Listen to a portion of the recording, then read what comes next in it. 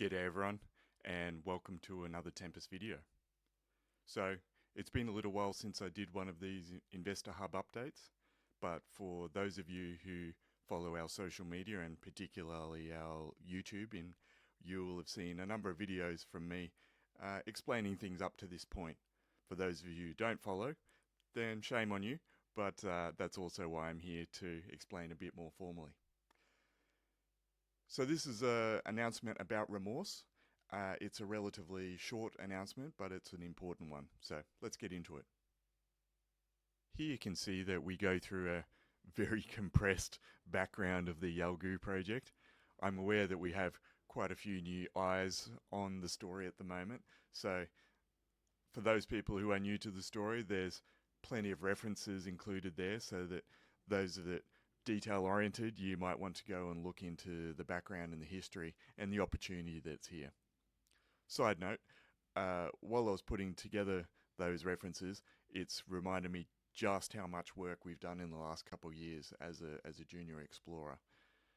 All right, moving down a little bit further onto the next page, we see there's a status update, and the short version of this is when we announced the initial delineation of the Remorse Target, we were quite focused on the geophysical anomaly that is centered on that Remorse Target.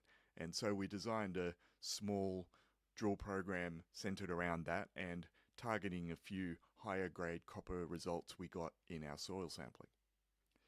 That work has been recently fully approved. And since March, we've been out on site doing a fair bit of work, some of it in preparation for drilling. And you can see a whole bunch of videos about that here. While we were doing a bit of that geological mapping, we realized that there's a local dip to much of the stratigraphy that we hadn't previously picked up on.